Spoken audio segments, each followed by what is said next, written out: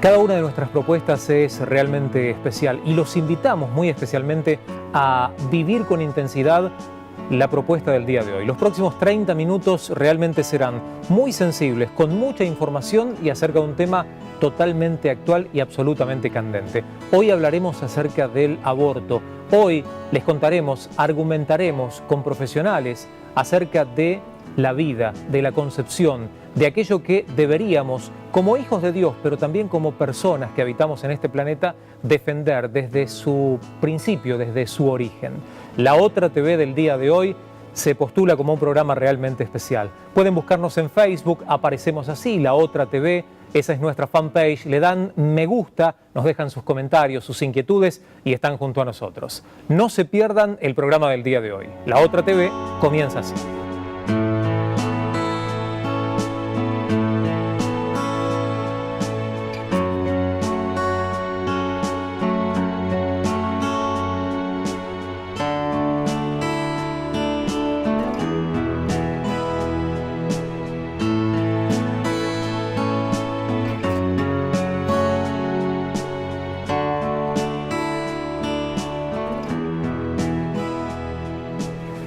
Ponemos en marcha un living por demás de interesante, con un tema realmente delicado, pero también sumamente actual.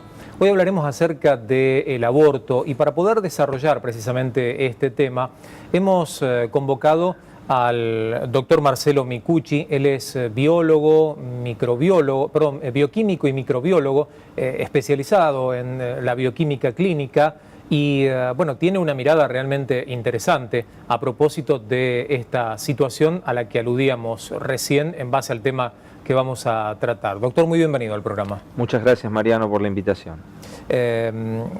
Preguntarle acerca de, bueno, esto que a veces se toma tan livianamente y que en realidad habla literalmente de sesgar la vida de alguien, ¿no? Como es el aborto.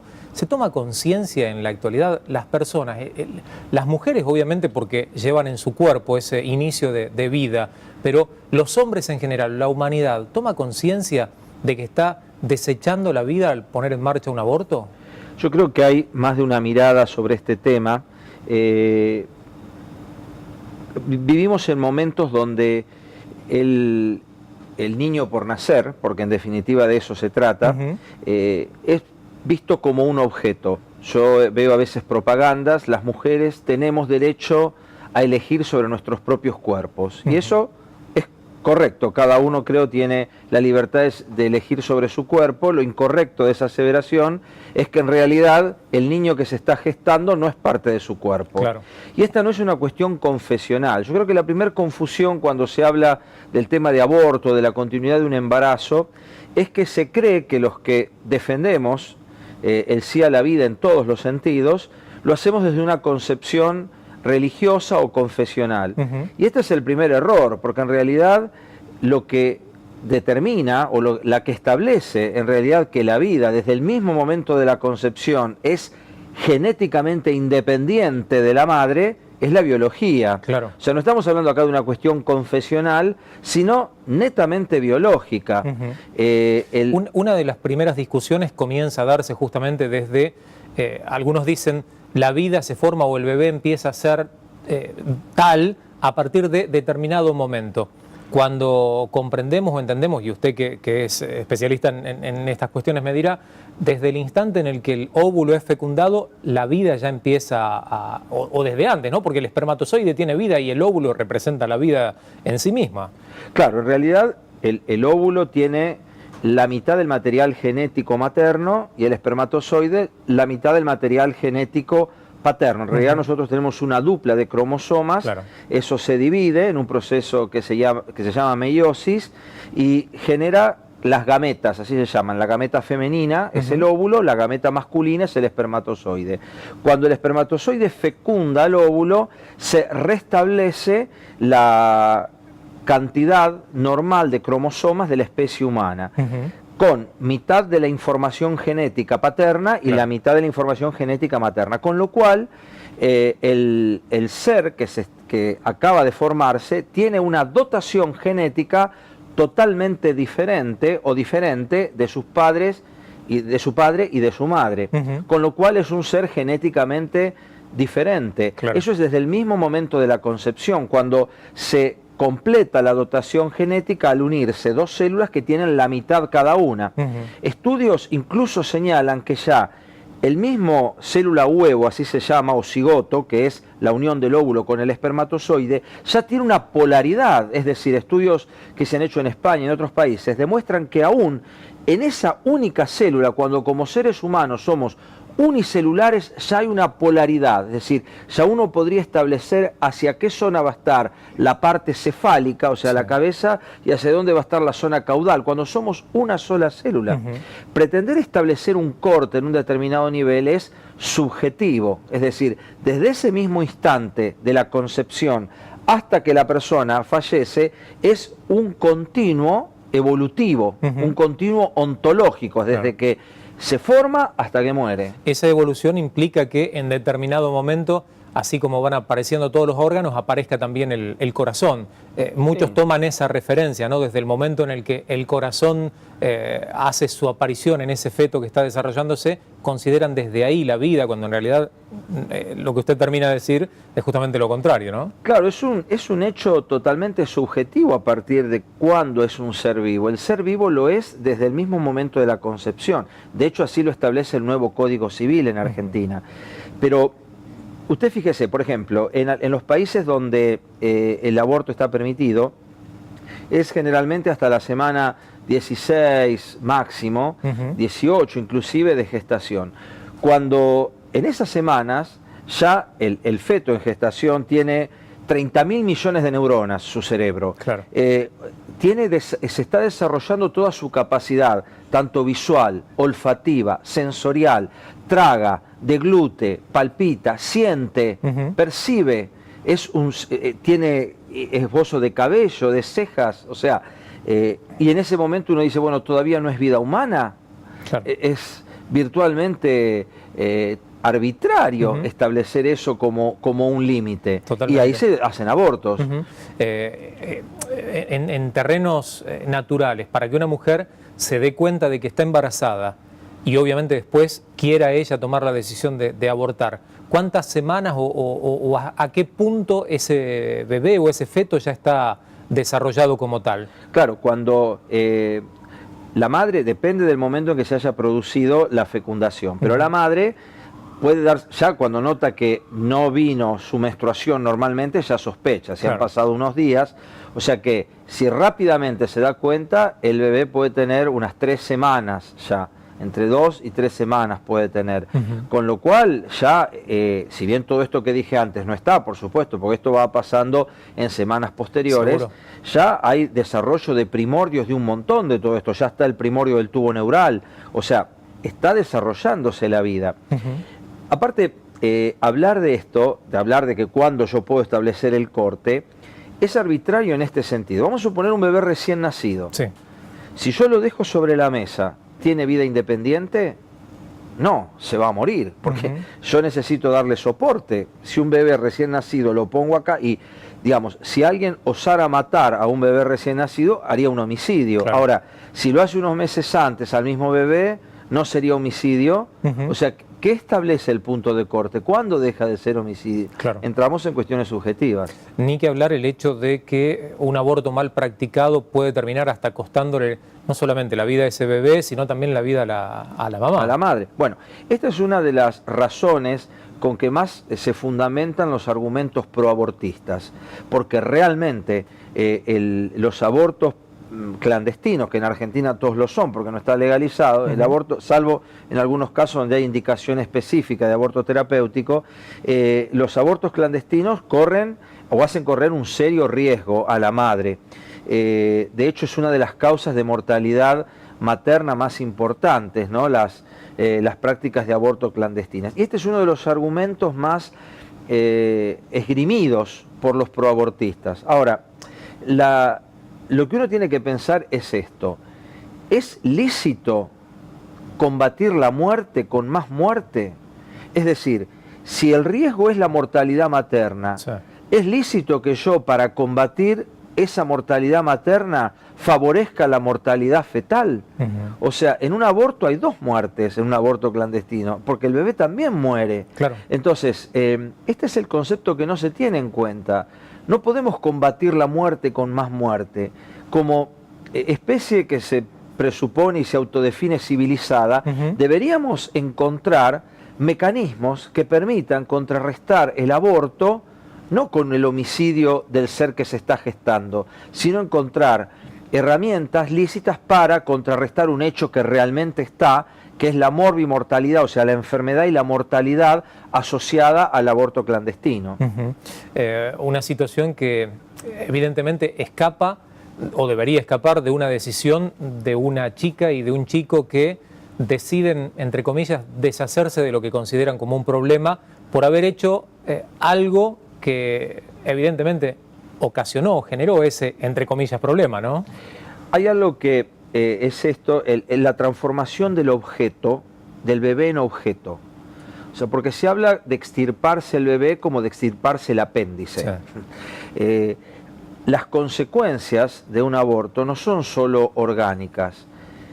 La madre tiene todo un conjunto neuropsicoinmunoendocrino que está...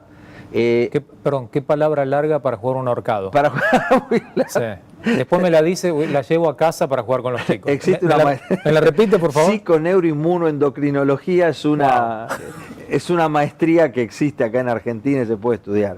Pero habla de la... después te la anoto. Sí, no, me quedé pensando, se puede estudiar, digo. Para un ahorcado. Cuando se gradúa no le entra en el título de eso. No, se recibió de psiconeuro. Escriben a la vuelta. 8, claro, siguen del otro lado. Perdón, no agregamos el tema, pero bueno. Lo importante es entender que hay una unidad que incluso la palabra de Dios la define, porque habla de que somos espíritu, alma y cuerpo, y esta triunidad realmente entra en juego en todas las facetas de la vida, también en el aborto. Claro. Entonces, la psiquis de la madre y su parte espiritual también es afectada. Hay estudios hechos sobre mujeres que querían abortar y por determinado motivo se les impidió hacerlo. Un estudio bastante numeroso, cuantitativo, sobre mujeres que querían abortar y por distintos motivos se les impidió o no pudieron.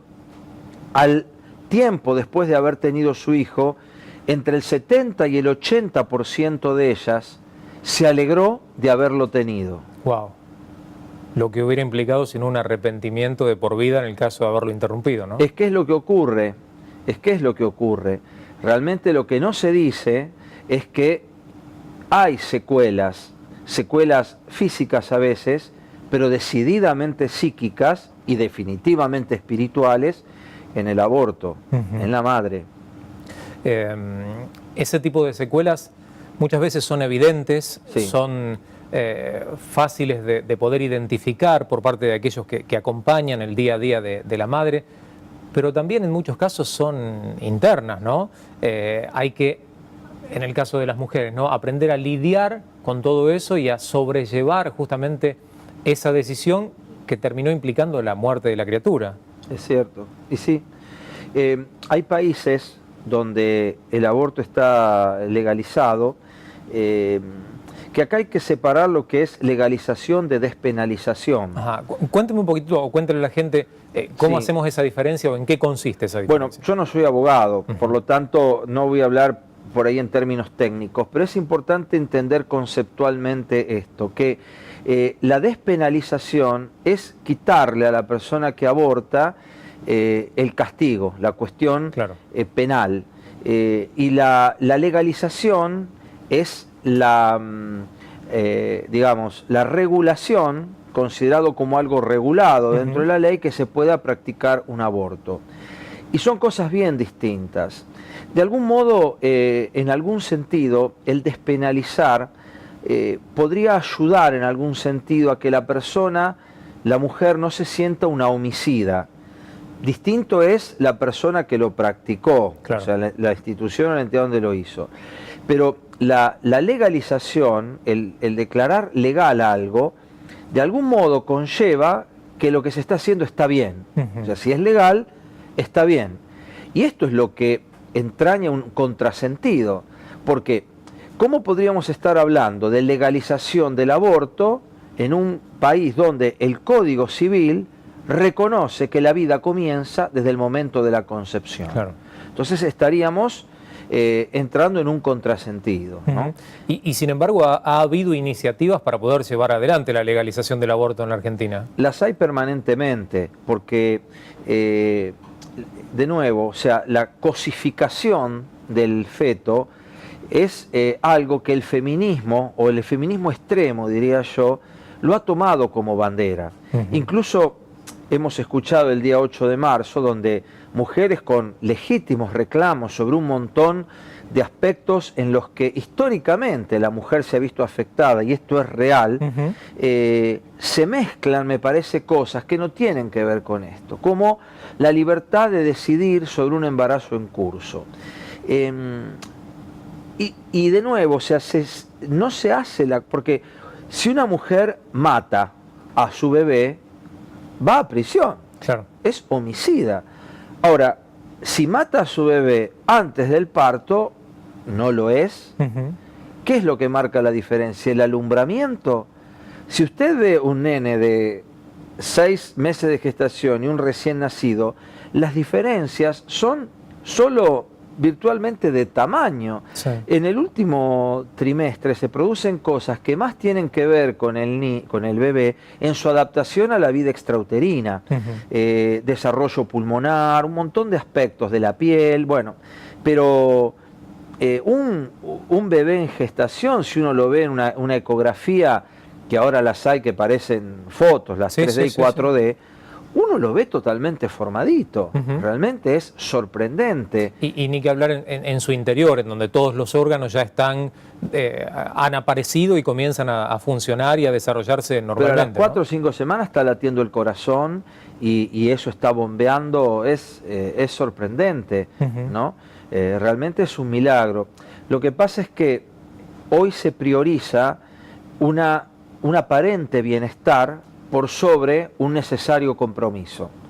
Un aparente bienestar por sobre un necesario compromiso. Claro. A ver. El aparente bienestar, ¿qué es? El nene llegó cuando no queríamos. Ajá.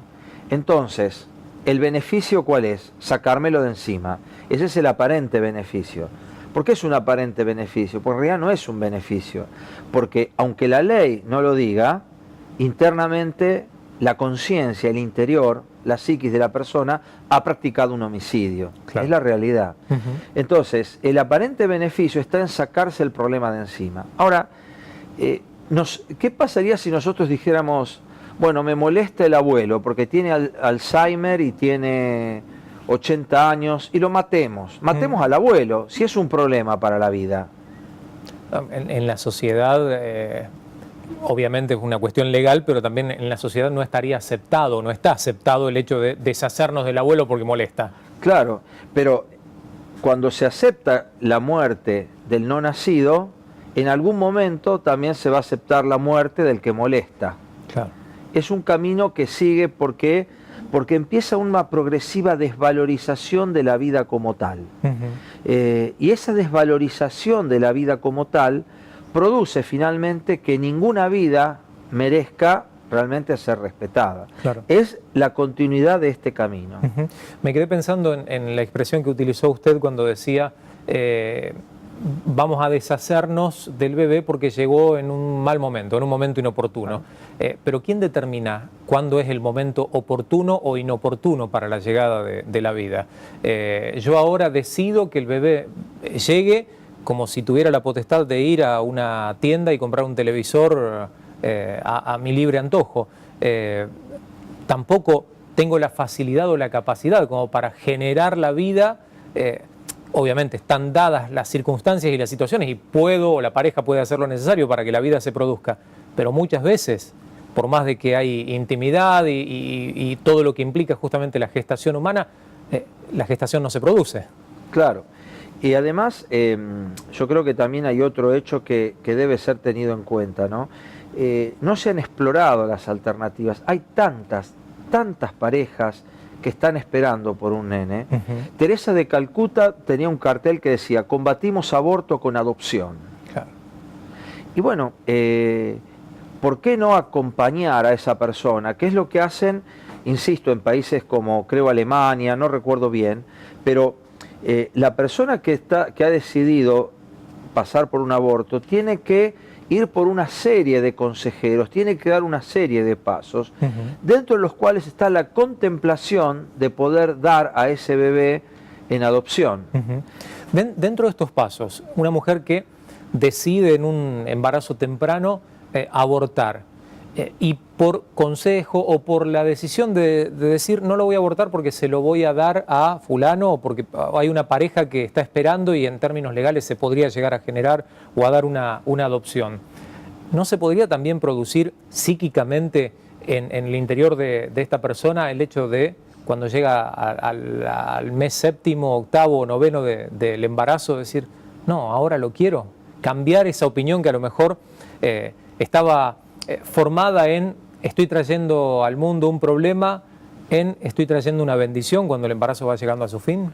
Puede ocurrir, y de hecho estos mecanismos que tienen estos países apuntan a eso, a que la persona pueda superar ese primer momento, que muchas veces puede ser, y es lógicamente, puede ser de temor, de frustración, de qué van a decir mis padres, qué va a decir mi familia, estoy estudiando, no es el momento, todo esto que aparece en una primera instancia como que se me desarmó el proyecto, con el correr del tiempo, porque hay que considerar que hay un amor y una cuestión materna que se van desarrollando en el curso del embarazo. Entonces, estas estrategias que utilizan estos países, que son estatales, que son no son confesionales, me refiero, pero que incluyen la consejería confesional de acuerdo a la inclinación religiosa de la persona, y apuntan a esto, a que la persona pueda reevaluar o considerar alternativas al hecho mismo del aborto. Siempre surge la pregunta del millón: ¿qué pasa cuando es producto de una violación? Realmente es un tema muy complejo esto, porque hay que ponerse en el lugar, siempre hay que ponerse en el lugar, claro, porque es muy fácil levantarse con el dedo y acusar a la mujer que ha practicado un aborto, ¿no? Sí, o decidir sobre la vida de otro. O decidir sobre la vida de otro. Es muy, cuando la mujer lo vive, es un momento muy difícil, que requiere acompañamiento espiritual y también psicológico, profesional y médico. Es una situación compleja, mucho más si se trata de un resultado de una violación. Y este es un caso complejo que requeriría atender puntualmente, pero también aquí uno al menos debería pensar en lo siguiente: ¿es responsable el bebé que se está gestando de la manera en que fue gestado? ¿Está bien que lo matemos porque a la madre le resulta psíquicamente muy difícil? No hay manera de ayudar, de acompañar a la mujer que lo ha pasado. Todo esto lo planteo desde el punto de vista de la pregunta. No es fácil ni es correcto levantarse a juzgar una situación así, porque habría que ponerse en el lugar de la persona. Una situación extremadamente difícil, donde inclusive la ley contempla la posibilidad, claro. De todas maneras, estaríamos hablando de situaciones mucho menores en términos de la gran masividad de abortos que se practican. A propósito de esta expresión, utilizo masividad, pero en realidad no conozco y no sé si hay estadísticas o números que hablen acerca de si hoy o en esta realidad, en nuestra actualidad, se practican mayores abortos que lo que se practicaban antes. ¿Se conoce eso? No. No, por la sencilla razón que acá, al no estar legalizado, todo esto es una práctica clandestina, por lo cual los números reales no se saben. Algunos, los proabortistas, hablan de cifras siderales, otros dicen que esas cifras están totalmente infladas. Números reales nadie hay. Lo que sí se sabe que en los países donde se ha legalizado, la cifra aumenta astronómicamente, aumenta mucho. Claro. Y muchos de estos países... Lo que habla acerca de transparentar números que antes estaban en la oscuridad y que ahora se dan a conocer, ¿no? Acá también hay que entender algo y que hay que decirlo desde el corazón de la crueldad humana. Es un gran negocio, es un gran negocio.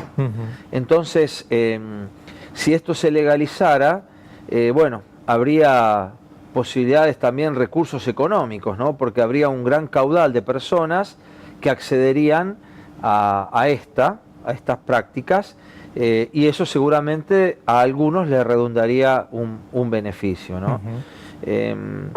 No son pocos los casos que a lo largo de la historia de países con una larga cronología proabortista están dando marcha atrás en todo esto. Por lo menos poniendo serios reparos a considerar el aborto como una cirugía de apéndice. Mencionaba usted en algún momento de la charla la cuestión confesional, y obviamente la tenemos que traer a colación, hablando acerca de lo que entendemos nosotros, la palabra de Dios, aquel que rige nuestra vida, aquel que marca el ritmo de nuestra conducta, refiere precisamente acerca de la concepción, acerca del plan que Dios tiene para con ese hombre que va a nacer y se va a desarrollar en el mundo. Dios habla acerca de esos planes que tenía para con ese hombre o esa persona que iba a nacer aún desde antes de la fundación del mundo. Habla acerca de tener propósitos aún en el momento de la concepción. Vivimos, Argentina es un país cristiano, si se quiere catalogarlo de esa forma, católico por mayoría, en donde la Iglesia se ha expresado, pero también en estos últimos tiempos de manera tímida ha levantado su voz. ¿Considera usted que habría que tener en ese caso desde las creencias, desde la fe, mayor fuerza, mayor rigurosidad a la hora de expresarse, así como desde el otro lado también se expresan y se manifiestan tan abiertamente a favor del aborto? Bien, el tiempo está limitándonos, pero lo que quisiera decir es lo siguiente. Yo creo que desde la fe tenemos que expresar amor, comprensión, tolerancia hacia las muchas mujeres que pasan por esto. Y me parece muy importante que la Iglesia en su conjunto trabaje por erradicar los causales de esto, ¿no? Los bolsones de miseria y de pobreza, la falta de acceso a educación, la falta de comprensión, y expresar el amor de Cristo abrazando, conteniendo, ¿no? Y sin lugar a dudas es necesario que la Iglesia se exprese demostrando que el amor de Dios cubre multitud de faltas, pero que el propósito de Dios está en la biología, no en la fe, en que el ser humano lo sea desde el mismo momento de la concepción, así como lo fue María de Belén, claro, que al visitar a su pariente, Elizabeth, Juan el Bautista salta en el vientre con 6 meses de vida. ¿Por qué? Porque la semillita, no mayor que una gotita de gelatina, Jesús de Nazaret, estaba en el vientre de su mamá. Doctor, la verdad que nos encantó tenerlo y poder desarrollar un tema tan delicado y tan sensible con su sapiencia, con su conocimiento, con su sabiduría. Así es que le agradecemos mucho la visita. El gusto ha sido mío y espero sea de utilidad. Muchas gracias. Un programa especial, sensible, muy informativo, pero también muy directo, el de La Otra TV del día de hoy. Ustedes conocen, la televisión tiene sus propuestas. Esta fue nuestra propuesta. Esto fue La Otra TV. Muchas gracias, será hasta la próxima. Dios los bendiga.